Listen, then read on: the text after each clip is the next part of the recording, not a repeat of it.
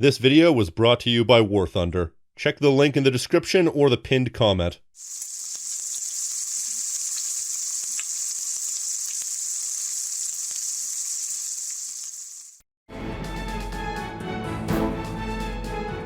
So, recently I concluded my game-by-game retrospective of the Twisted Metal series. I would have finished it earlier, but that was my fault for saving Twisted Metal Black for 100k. And since we're finished, instead of letting this series hit a brick wall, I figured I'd do one more special video to wrap it up. Back in, I want to say 2018, there was a minor trend of reviewing every blank in 10 words or less, which would always end with a top 5 and bottom 5, but since I'm counting every game in the series, there's 10 games here, so I'm just gonna say screw it. Once every game is reviewed in 10 words or less, we're also gonna rank them from worst to best. Just to close out this little chapter. So this is every Twisted Metal game reviewed in 10 words or less, and ranked.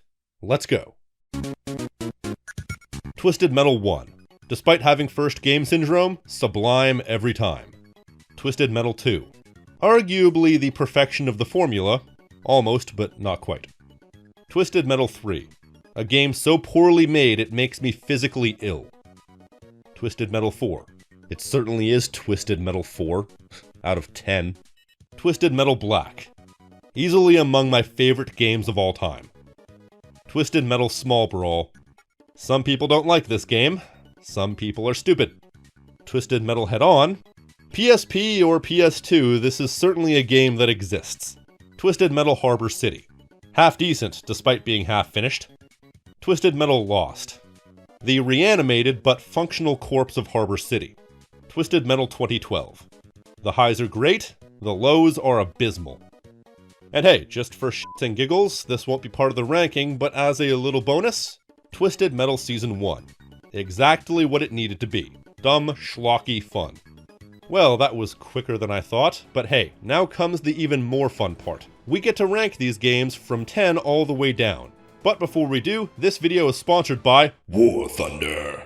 War Thunder is the most all-encompassing vehicular combat game the gaming industry has yet seen. It's available right now on PC, consoles, and introducing a brand new iOS and Android version. All of which are the same price, absolutely free. Players can control 2,500 planes, ships, tanks, and helicopters from many major countries, from the biplanes and first-generation tanks of World War I all the way to their modern-day equivalents. Every vehicle is super well modeled down to the last micro detail, with a comprehensive damage system for each one, making the battles feel as detailed and textured as it gets. You can also fully customize your gear as well for those who want a more tailored experience. This game has detailed vehicles, realistic graphics, and authentic sounds that makes it an incredibly immersive experience for all players. Today, you can join over 70 million of those players in PvP battles and experience all the game has to offer. It even comes with different modes for different kinds of players. You have arcade mode for those who like fast-paced matches and simple physics, and then you have realistic mode, which is a balance between arcadey gameplay and authentic controls, and simulator, which is the most realistic and difficult of them all. Once again, the game is entirely free, and it's on PC, PlayStation, Xbox, iOS, and Android, and if you're a console or PC player, you can use my link to sign up, and you'll get a massive bonus pack rewarded to new and returning players who haven't played in 6 months. With it, you get a selection of premium vehicles and the exclusive vehicle decorator, the Eagle of Valor, along with 100,000 silver lions and a 7-day premium account. But it's only a limited time offer, so act quick. I'm John Johnson, and I approve this message. Thanks again to War Thunder for sponsoring today's video. Alright, now let's get to the ranking. Number 10, Twisted Metal 3. You know, it's funny, even though I know what happened behind the scenes with this game, I still feel the urge to ask, what the hell happened? I feel bad for the fact that Twisted Metal 3 only had 9 months to be made, and I don't blame 989 Studios because they were just doing the best with what they had. But even then, if Twisted Metal 4 is any indication, I don't think extra time really would have done the game any good. A tragically bad game engine with physics so light it feels like you're barely in control most of the time, which causes seriously frustrating gameplay. Weak-feeling weapons both from an audio and visual perspective, a graphical downgrade the likes of which is rarely seen, uninspired to boring level design with the exception of the last level, but ugly CGI cutscenes, and a series of endings so bad as to be insulting. Seriously, every single ending follows the exact same formula, and I think maybe 1 or 2 of them are halfway decent just for the fact that they subvert the formula. This is a game that is tragically abysmally bad, and I speak no hyperbole when I say that this game is so fast and the physics are so light, causing the screen to jiggle so much that I've actually gotten motion sickness while playing this game on multiple occasions. Not a word of a lie. If I never have to play this game again, it'll be too soon. Thankfully, I think I have all the footage I'll ever need. 9. Twisted Metal 4. Twisted Metal 4 is better than Twisted Metal 3 in the same way that a punch to the stomach is better than a punch to the nuts. Improved over Twisted Metal 3 in many ways, but it still suffers from a few key issues that makes it almost as bad as 3.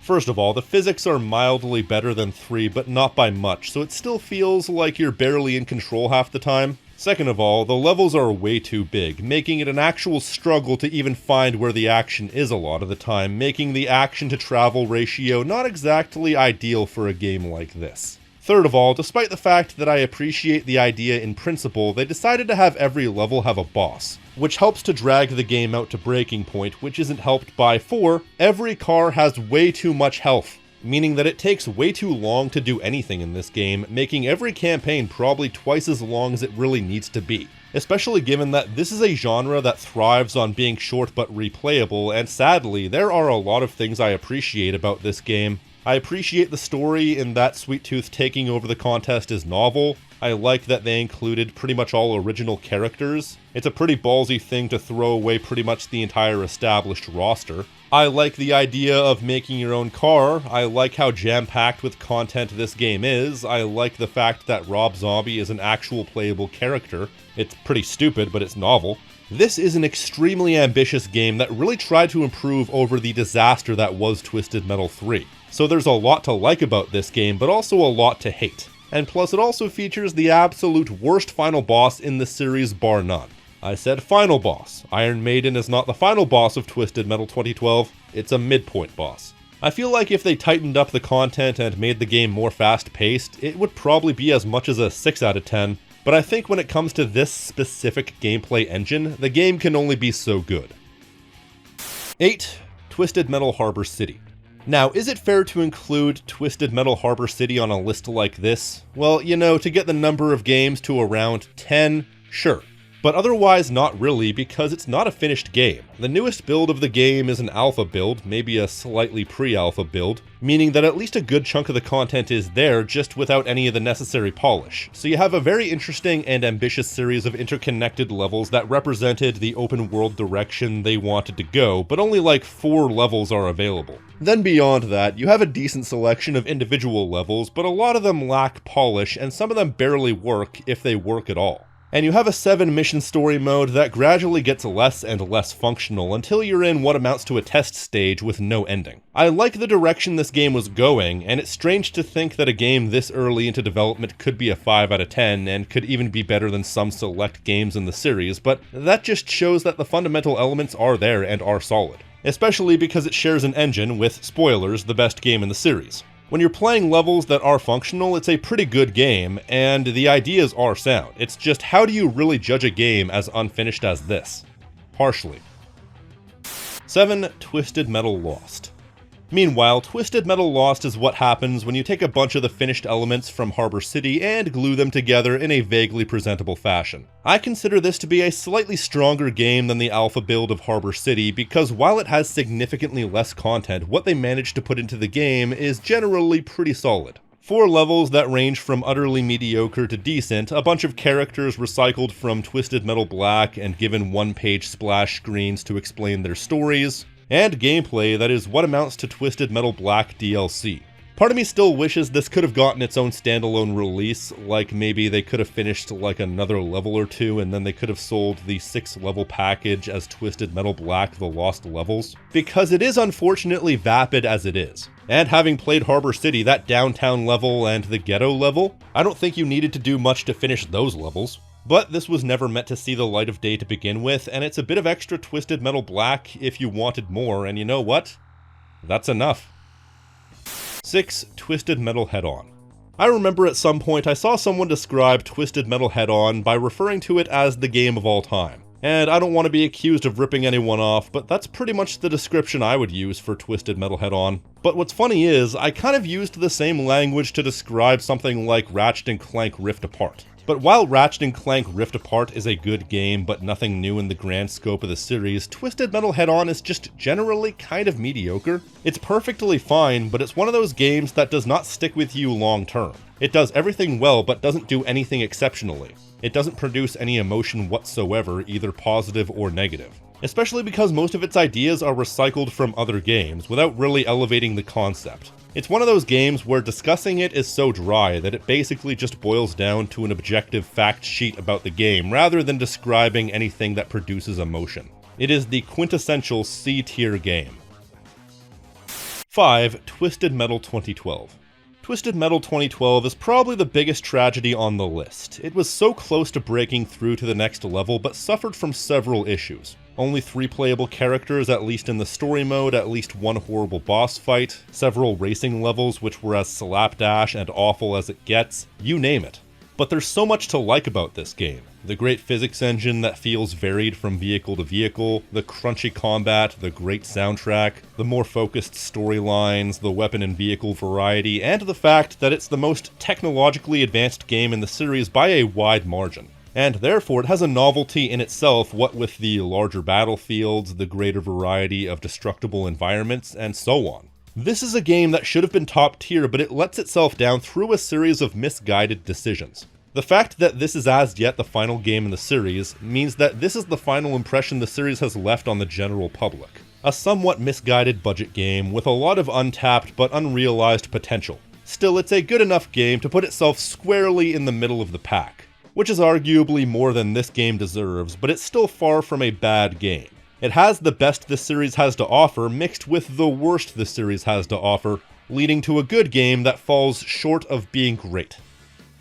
4. Twisted Metal Small Brawl. You know what's funny?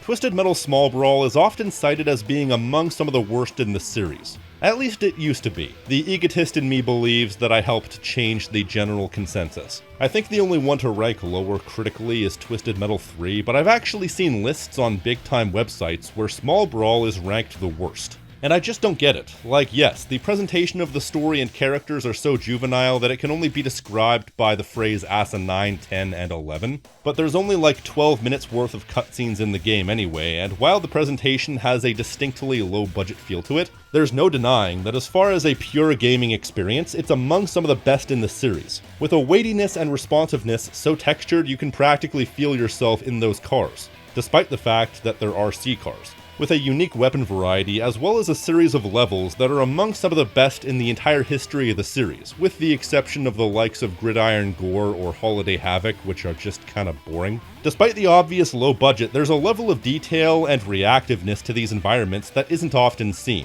So through a combination of these elements, you have an easy contender for one of the best games in the series full stop. The only thing holding it back is the presentation style, and if you were to take this exact game and apply it to a presentation style similar to Twisted Metal 2, it could very well be a contender for best game in the series. Or at the very least, it would be in the discussion as far as being among the top tier games in the series. Still, this game is great, and you're an idiot if you disagree. Semi-ironic statement. Though I am fully aware that one of the developers on the game is a frequent watcher of mine, and I'm afraid if I don't rank this game high enough, he might send me an Anthrax package. 3. Twisted Metal 1995.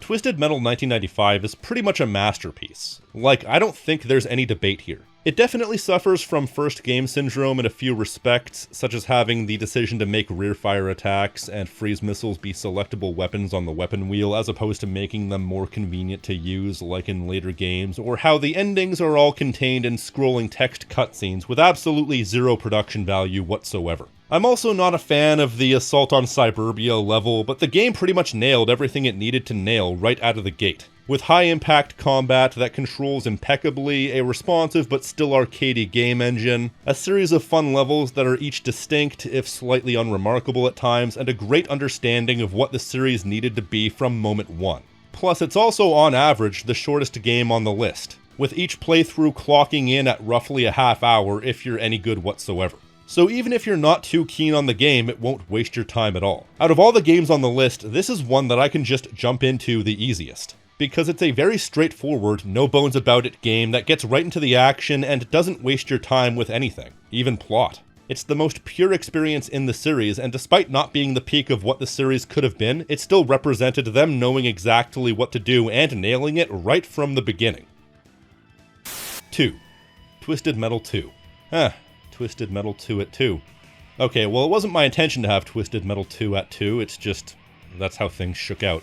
To many people, Twisted Metal 2 is considered the peak of the series, and in many ways it's kind of hard to disagree. It is everything the first game was, but with more refined gameplay, more content, more characters, and significantly improved presentation, and how can you go wrong with that sumptuous narration from Mel McMurran?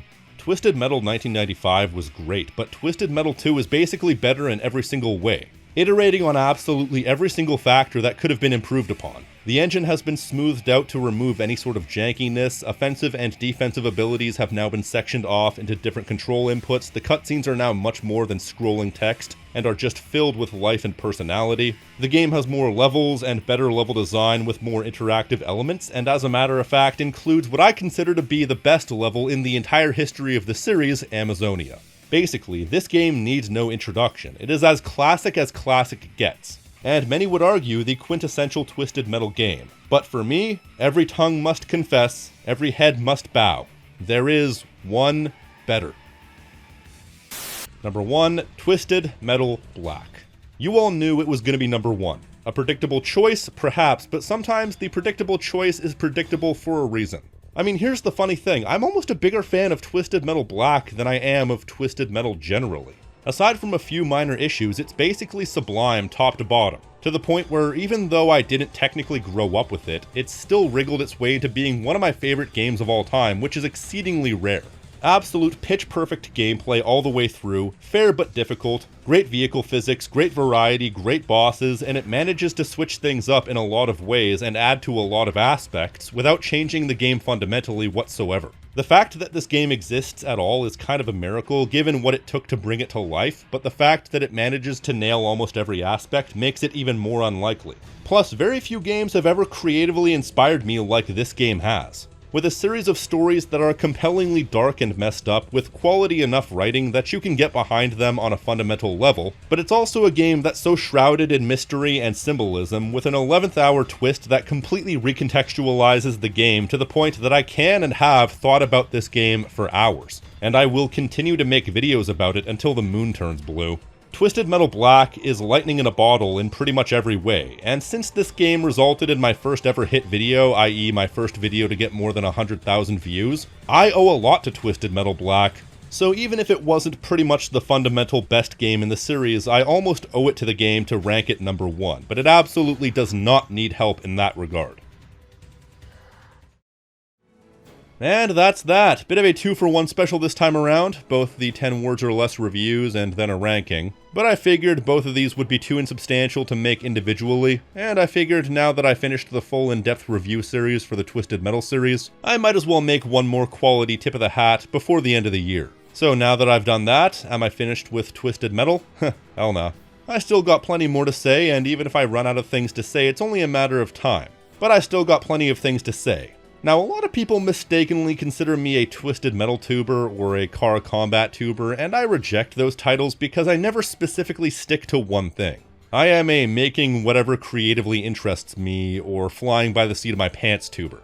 Sometimes I have to go through something that doesn't creatively interest me in order to get to something that does creatively interest me, but that's besides the point. There are always topics I will come back to because they do creatively interest me, and certain aspects of Twisted Metal is just that, especially Black. But I'm just as likely to feel creatively interested in a childhood cartoon or an edutainment game that I used to play. And of course, there are things that I'm interested in that I have zero interest in discussing at all, like professional wrestling, because wrestling discourse is even more toxic than discourse surrounding The Last of Us. And I do not say that lightly. But overall, my point is, don't expect Twisted Metal videos to go away just because I finished my review series.